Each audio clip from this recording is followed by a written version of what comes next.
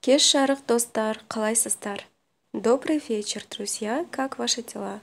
Кеш жарық достар. Бүгін сіздерге қалай картоп қуыратынымды айтып берейін. Давайте я сегодня расскажу вам, как я жарю картошку. Бүгін сіздерге қалай картоп қуыратынымды айтып берейін. 5-6 картопты аламын. Беру 5-6 картофелин, 5-6 картопты аламын. Картоптың қабығын ашамын. Очищаю картошку от кожуры. Картоптың қабығын ашамын. Содан соң картопты жуамын. Потом мою картошку.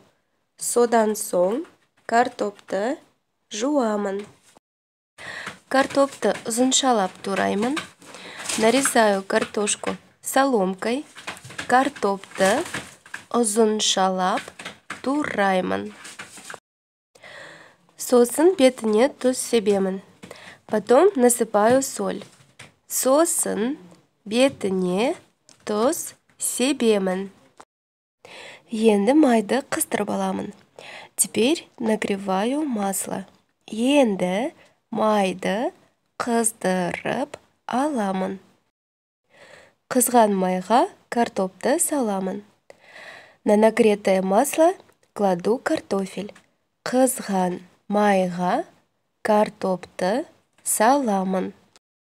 Картопты майға қуырамын. Обжариваю картошку на масле. Картопты майға қуырамын.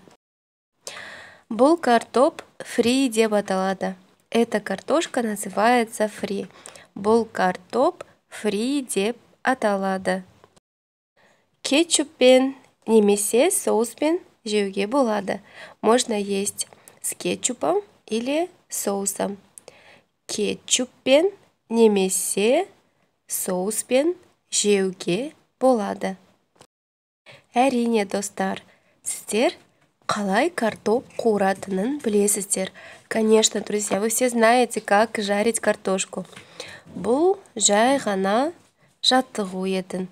Это было просто упражнение.